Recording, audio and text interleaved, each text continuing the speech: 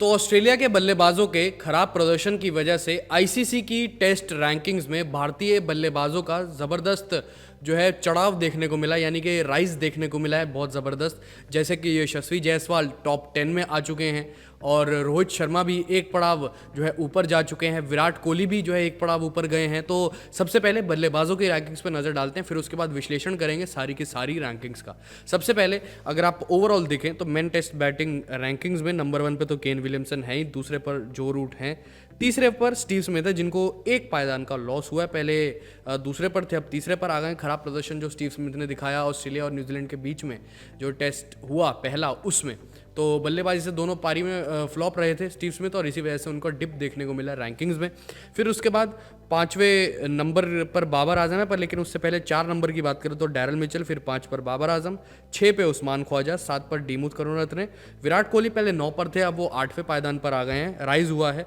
Even अगर आप बात करो यशस्वी जायसवाल की, यशस्वी जायसवाल को 2 पायदानों का फायदा हुआ है, 2 स्पॉट्स का, अब वो 10वें पर आ गए हैं, पहले वो 12 पर थे।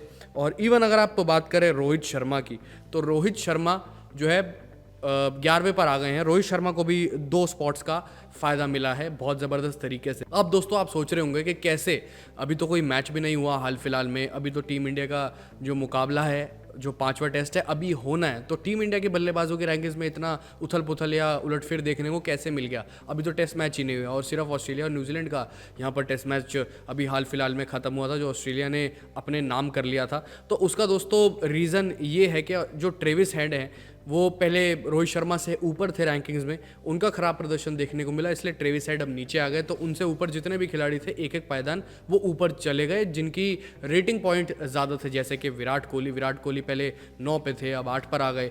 रोहित शर्मा पहले जो है 2 पायदान नीचे थे, अब वो 11 पर चले गए। यशस्वी पहले 12 पर थे और उनका 2 पायदान प्लस हो गया है, तो इसलिए यशस्वी ऊपर चले गए हैं। तो ऐसा ही कुछ हुआ है और ऐसे ही उलटफेर देखने को मिलते हैं, और आए दिन ऐसे चीज़ें होती रहती। जब जब बल्लेबाज खराब प्रदर्शन करता है तब जो है रैंकिंग्स में उतार चढ़ाव बहुत ज़्यादा देखने को मिलता है। अब बात करते हैं बॉलर्स की रैंकिंग की, जो आईसीसी की टेस्ट बॉलिंग रैंकिंग्स है उसकी सबसे पहले बात कर लेते हैं। तो सबसे पहले उसमें टॉप 5 बॉलर्स की बात करेंगे तो नंबर 1 पे तो जसप्रीत बुमराह ही हैं, दूसरे पर रविचंद्रन अश्विन है, तीसरे पर कगिसो रबाडा, चौथे पर जॉश हेजलवुड, जिनको फ़ायदा हुआ है, अच्छी गेंदबाजी का प्रदर्शन किया जॉश हेजलवुड ने। ऑस्ट्रेलिया और न्यूजीलैंड के बीच में जो पहला टेस्ट था, वहाँ पर जॉश हेजलवुड ने अच्छा प्रदर्शन किया और इस वजह से उनको फ़ायदा हुआ है और एक पायदान ऊपर चढ़े गए।